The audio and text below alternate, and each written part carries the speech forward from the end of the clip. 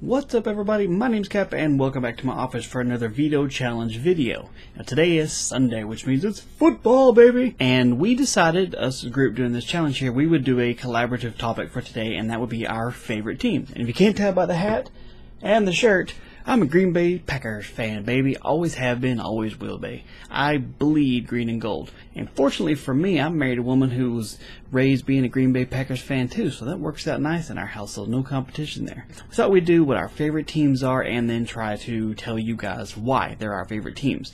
And for you guys, leave in the comment section, leave me a comment, let me know what your favorite team is. So why am I a Green Bay Packers fan? Well, one, tradition. The team's been around since 1929, which is one of the first teams to be included in what became the NFL. So it's got the originality of being one of the first ones there and still holding true to the original style, colorings and traditions and everything that they hold true.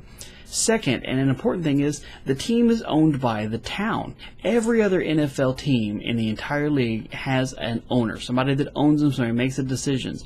Green Bay Packers are owned by Green Bay, Wisconsin, and anybody who's a shareholder, which means the people actually make the decisions for the team. Yeah, they have a GM, they have a president, and all that other stuff that makes the day-to-day decisions.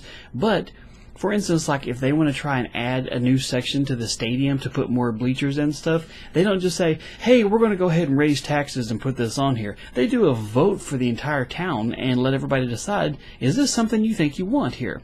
And what's something that's cool is, the Packers are one of the only publicly traded teams out there, and they don't even do it all that often. It's one of those occasional things they put up. Last year, or year before last, they were getting ready to do some improvements in the stadium, and they opened up stock buying, and we bought some shares. So I have some in my name, my wife's name, and my son's name. We are all shareholders of the Green Bay Packers, which means we are legally part owners of a football team, and anytime we wanted to, we could fly up to Green Bay, Wisconsin, go to any of the shareholders meetings, we could go to the voting committees and cast our votes. Now, it would be tiny, little, bitty, insignificant votes, but still, we have a vote. There's not a single other team that can say that. There's not. Unfortunately, I live in Cowboys country. I hate the Cowboys with a fervor passion. I really do, but that's for a different video. I also like that the team is really big on keeping their players. Right now, there's only 3 players on the Green Bay Packers roster that have played for another team.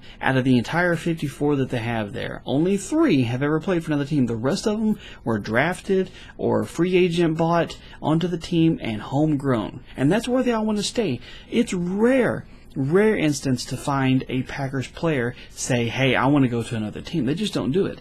They bring them in, they train them the way they want them to play, and they help them grow. They never have one of those situations where like, you're really not living up to our expectations, so we're going to go ahead and trade you. It's always like, you know what, you're not living up to the standards we originally hoped you would. We're going to put some extra time and effort like there. Like Mason Crosby, he just recently became the all-time leading scorer for the Green Bay Packers. In first season he was with the Packers, he kind of stunk. That is not really a secret. He did not do that good. Instead of Green Bay coming up and saying, you know what, you didn't really live up to your standards, we're going to cut your pay or kick you off the team, they said, you know what, we're going to work with you and build up your self-confidence, we're going to work on you, work with the special teams here and there, and we're going to grow you to where you need to be as a player. And they did, and now he's one of the #1 kickers in the entire NFL and the all-time leading scorer for the Green Bay Packers. And that's the kind of thing I like to hear, is that they take players in and they keep them for as long as they can. There's so many players that retire with the Packers, and the only time that you ever hear about stuff like, say, Charles Woodson, he went back to the Raiders after he ended his career, and it's because he knew and they knew he was at the tail end of his career.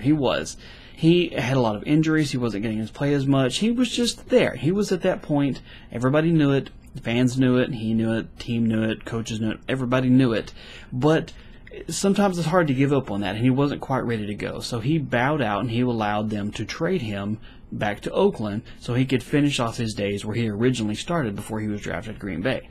And I love that. He was like, I don't want to leave this team. I love this team, but I understand where they are from a business model. They have to move on. I can't keep up to where I used to be anymore, but I'm not ready to give it up yet. So he understood. But that's what I love about it. You know, like Donald Driver and some of the more recent guys that just retired in the last few years, whatever. They're just like, I'm happy I got to go out as a Packers player. I like the fact that Lambeau Field is the only place in the entire NFL you can do a Lambeau leap. Which, if you don't know what that is when after you score a touchdown, you can run and dive into the seats, basically. And all the Green Bay Packer fans come in there and hug you and pat you on the back. And it's just a big thing to do. Getting to do a Lambeau leap is something that a lot of people wish they could do. Other teams can't do it. It's illegal to do it in every other stadium except for Lambeau Field. And that's pretty awesome, man. They even have a statue thing set up outside the Lambeau Stadium. You can go sit at it and make it look like you're doing a Lambeau leap for a picture op thing. That's how much people want to do this. Also, something there is Green Bay Packers fans are the best fans. And every team will say this, but we really are. We have the most diehard fans, never want to give up. We could be 0-15 for the season, and we get down to like, you know what?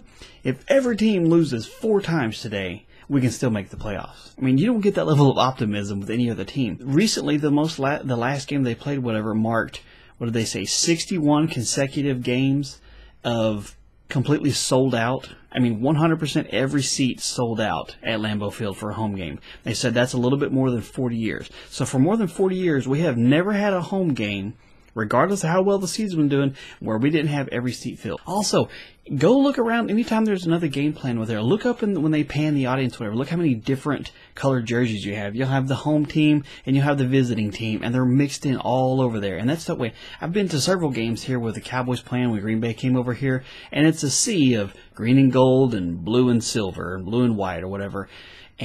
But watch when they pan the audience at Lambeau Field when the Green Bay's playing a home game there. It's green and gold everywhere. You might find the random one little jersey poked in here and there because somebody's spouse is, whatever. But it's there. Their fans are fervor fans. They're not going to give up their seats to nobody. The waiting list for season tickets for Green Bay Packers games is 99 years. People put their kids on this waiting list the day they find out they're pregnant with them so that they hope one day down the road, somebody will give up their season tickets and they can have it. You can still buy tickets, of course, regular exhibition matches and season games, stuff like that. But season ticket holders, they don't give them up. You see people in the stands that are 70, 80 years old or whatever, and they waited their whole life for season tickets, and they finally got them. They're like, we're going to every game until we die. And I love that. Something else here. The last time the Packers were in the playoffs, their 50-yard line down center row area, the tickets were $250. That sounds like a whole lot of money. But for a playoff game on the 50-yard line for an established championship team like the Green Bay Packers, that is cheap. Now, Dallas Cowboys actually made the playoffs surprisingly last year. The 50-yard line seats down there were $2,500. And you know what? Those seats were completely empty.